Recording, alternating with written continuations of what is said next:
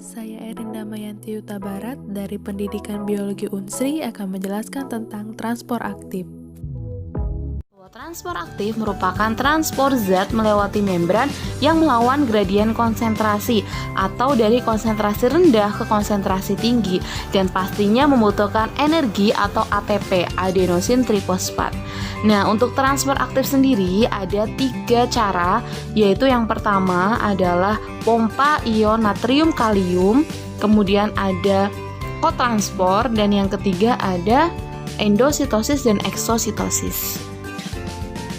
Yang pertama, pompa ion natrium kalium atau sodium potasium pump merupakan transport ion melalui membran dengan cara melakukan pertukaran ion dari dalam sel dengan ion di luar sel. Ion natrium dan kalium merupakan beberapa contoh ion yang dibutuhkan oleh sel hewan. Namun, ion kalium lebih dibutuhkan daripada ion natrium, sehingga di dalam sel hewan, ingat ya, ion kalium konsentrasinya itu lebih tinggi daripada ion natrium. Sedangkan di luar sel, ion natrium itu lebih banyak konsentrasinya daripada ion kalium. Mekanismenya yaitu 3 ion natrium dikeluarkan melewati protein transport menggunakan sumber energi berupa ATP atau adenosin trifosfat. Nah, ATP ini dia dapat mentransfer gugus fosfatnya ke protein transport sehingga terjadi perubahan konformasi pada protein transport dan ion natrium itu dapat dilepaskan. Nah, karena ATP tadi sudah mentransfer gugus fosfat sehingga ATP akan berubah menjadi ADP atau adenosin difosfat. Setiap pengeluaran 3 ion natrium keluar sel akan diimbangi oleh pemasukan 2 ion kalium ke dalam sel. Nah, pada saat ion kalium ini ke dalam sel, maka gugus fosfat ini akan dilepaskan untuk kemudian gugus fosfat bisa berikatan dengan ADP lagi membentuk ATP untuk menjadi sumber energi baru. Dan ion kalium bisa masuk ke dalam sel. Jadi perlu diingat setiap pengeluaran 3 ion natrium akan diimbangi oleh pemasukan 2 ion kalium. Yang kedua yaitu kotransport. Kotransport merupakan transport zat yang mengaktifkan transport zat lain untuk melewati membran. Jadi, suatu zat akan berpindah atau bergerak melawan gradien konsentrasi karena diinisiasi oleh perpindahan zat kedua yang menuruni atau sesuai dengan gradien konsentrasi. Jadi, zat yang berpindah dari konsentrasi tinggi ke konsentrasi rendah akan memberikan energi untuk zat yang berpindah dari konsentrasi rendah ke konsentrasi tinggi. Ada 2 tipe, yaitu yang pertama symport, artinya 2 zat bergerak dalam satu arah yang sama, dan juga ada antiport, yaitu 2 zat yang bergerak di arah yang berlawanan. Kita bahas untuk symport dulu. Apabila ada ion natrium di luar sel yang konsentrasinya tinggi, akan masuk ke dalam sel.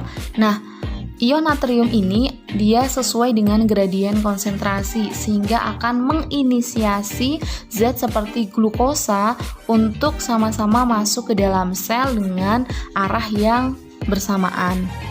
Inilah yang disebut dengan symport. Next, kita bahas untuk antiport. Apabila ada ion natrium yang konsentrasinya tinggi di luar sel, akan melewati membran sel sesuai dengan gradien konsentrasi dan menggerakkan proton untuk keluar melewati membran sel keluar sel dengan arah yang berlawanan. Inilah yang disebut sebagai antiport. Yang terakhir kita bahas tentang transport vesicle yang di dalamnya terdapat endositosis dan eksositosis. Ini merupakan transport partikel dan molekul yang besar melalui pelipatan membran plasma atau pembentukan vesikula.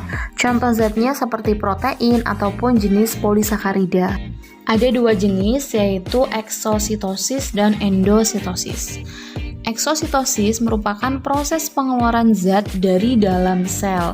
Nah, untuk mekanismenya, pada saat eksositosis, vesikula yang berisi makromolekul yang berasal dari badan Golgi nantinya akan dipindahkan oleh sitoskeleton untuk bergabung dengan membran plasma.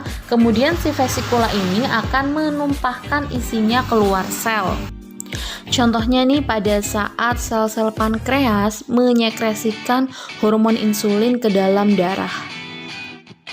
Lanjut untuk endositosis yang merupakan proses pemasukan zat ke dalam sel.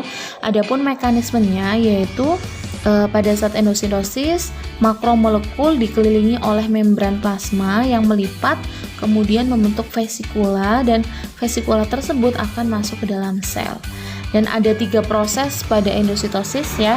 Yang pertama adalah fagositosis, yang kedua pinositosis, dan yang ketiga adalah endositosis yang diperantai reseptor. Adapun fagositosis ya, ini terjadi saat sel itu menelan partikel yang padat, atau bisa kita bilang itu selnya sedang makan ya. Contohnya misalkan pada saat amuba ya, dengan kaki semunya atau dengan pseudopodianya itu membungkus partikel ya yang akan masuk ke dalam sel. Kemudian ada pinositosis yang merupakan proses pemasukan zat cair ke dalam sel, atau bisa kita bilang bahwa sel itu sedang minum, seperti itu. Kemudian yang ketiga itu ada endositosis yang diperantarai reseptor. Transport ini bertujuan untuk memperoleh substansi yang spesifik dalam jumlah yang besar karena terikat nantinya pada reseptor spesifik ya. Kesimpulan yang bisa kita tarik adalah transport aktif adalah transport zat dari konsentrasi tinggi ke konsentrasi rendah dan membutuhkan energi berupa ATP.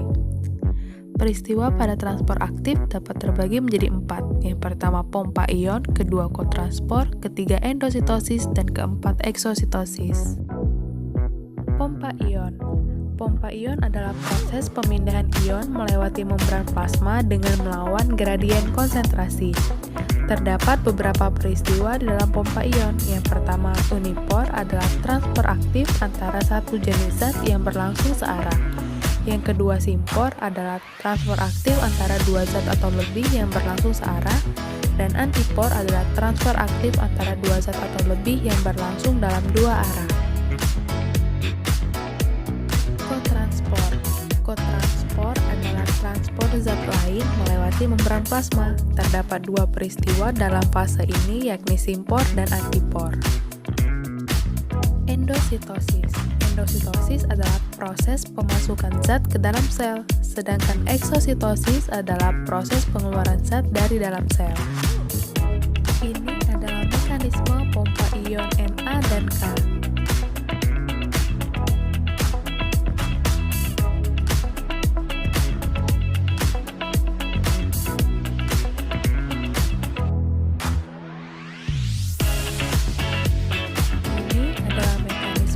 Transport.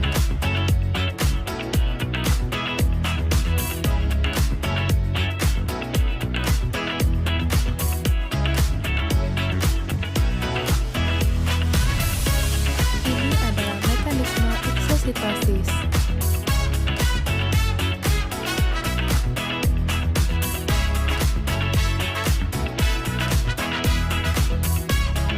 Dan ini adalah mekanisme endositosis.